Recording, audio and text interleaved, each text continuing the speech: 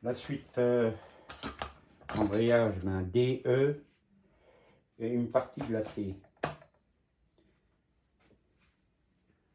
Alors là, il y a déjà encore un roulement axial.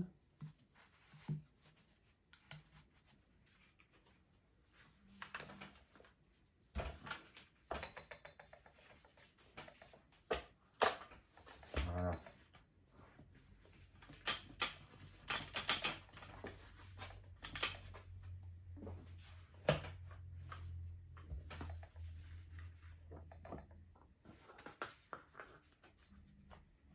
Là, parce que l'axe il s'enlève.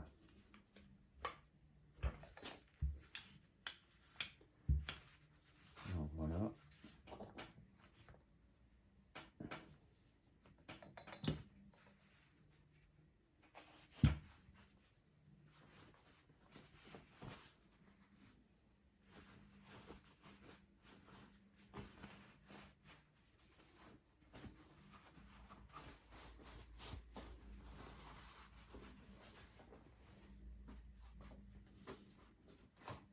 Il y a beaucoup de choses sur l'axe là. Alors il y a joint torique, ici 2 segments.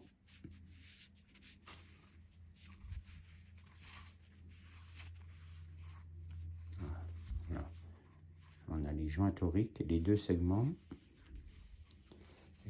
Et à l'intérieur, il y a des bagues.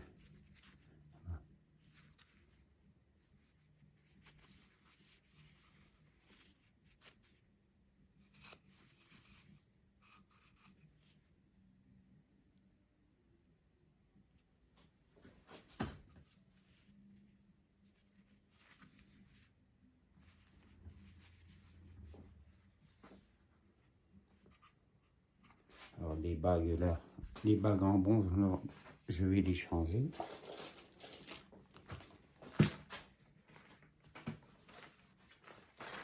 Je vais contrôler si je les ai bien avant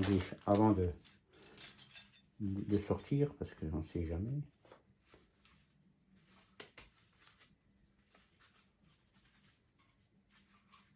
Ah non, je croyais. Ah, ça doit être celle-ci.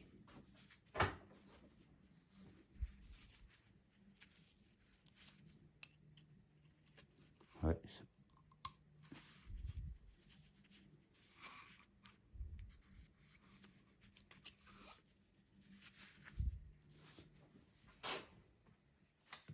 Alors, il y en a deux, je pense que ça va être les deux mêmes. Ah, non, il faudra que je prenne les cotes. Il y en a une qui est plus petite. Ouais. Celle-ci, elle est plus petite. Ça doit être celle du fond, qui se trouve à l'intérieur.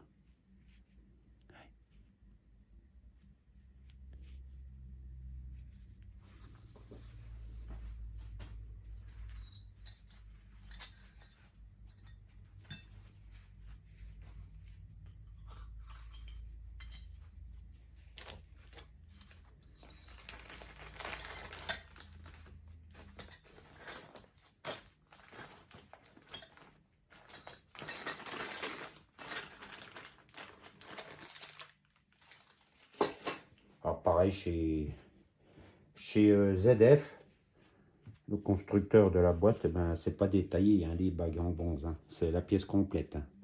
Puis elle vaut, je crois, dans les 300-400 €, la pièce là.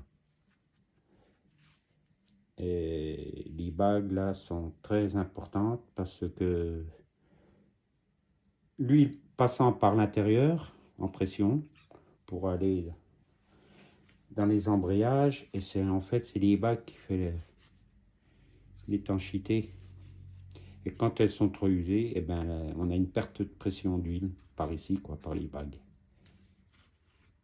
Et il me semble, le défaut en conduite, c'est quand on passe la marche arrière, il y a un laps de temps avant que ça s'enclenche. Quelques secondes. Puis ça fait un à-coup. Il me semble que j'avais vu en me renseignant.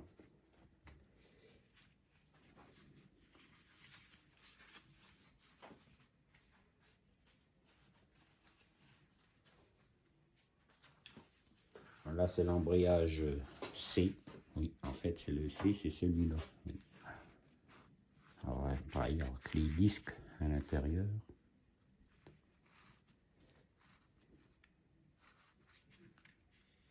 La rondelle ressort. Et puis, tout en premier, au fond, le piston. Alors, c'est lui, quand elle passe par là, quoi, par les trous qu'on voit là à l'intérieur, lui, sous pression, comprime le piston et les disques.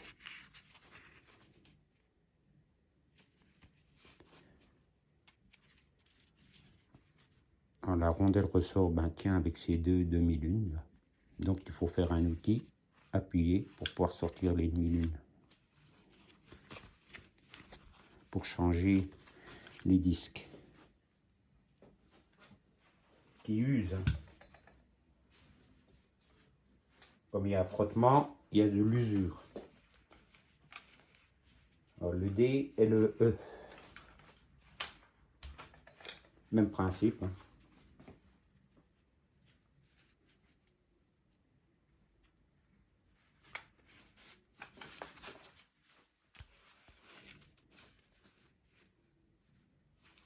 Lui, il passe par l'intérieur et vient comprimer les disques. L'autre côté, pareil.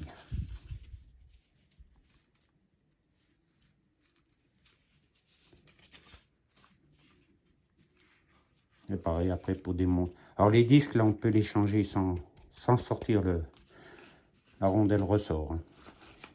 C'est le même principe que les autres embrayages, quoi. On déclipse.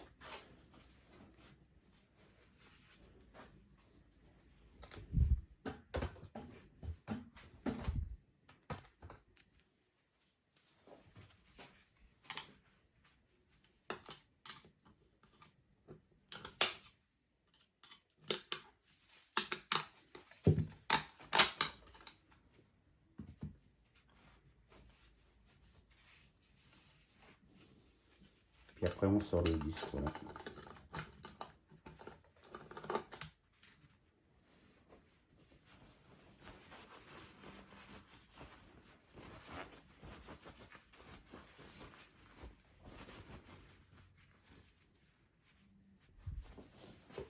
Alors les lisses, pour contrôler quoi l'usure, hein, comme tout ce qui est embrayage. Quoi. Après ceux-là, ils sont pas vieux. Hein.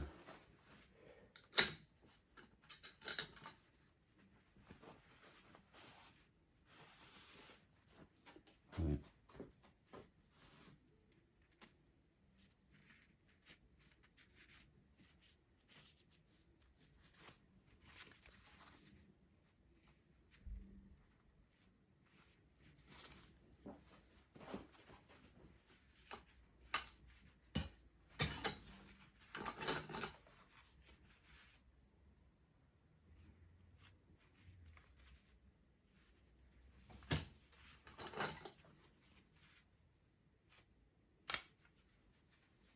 Alors pareil, quand on démonte, ou à reprendre plein de photos ou noter, parce que la quantité de disques d'un côté du D ou du E sont pas les mêmes. Et pas se tromper au remontage, quoi. C'est surtout ça. Bon ben ils sont parfaits. C'est le problème que quand ils sont usés ou qu'il y a un souci, ben ils bleuissent, il y a des traces de frottement. De toute façon, ça se voit tout de suite hein, quand on démonte des disques foutus. Et les garnis, il n'y a plus de traits, quoi. On voit plus les traits. Bon, voilà.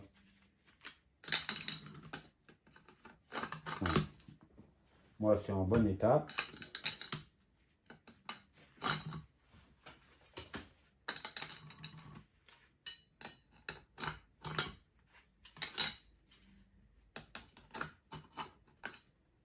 C'est pareil, il me semble que le dernier, il est plus épais.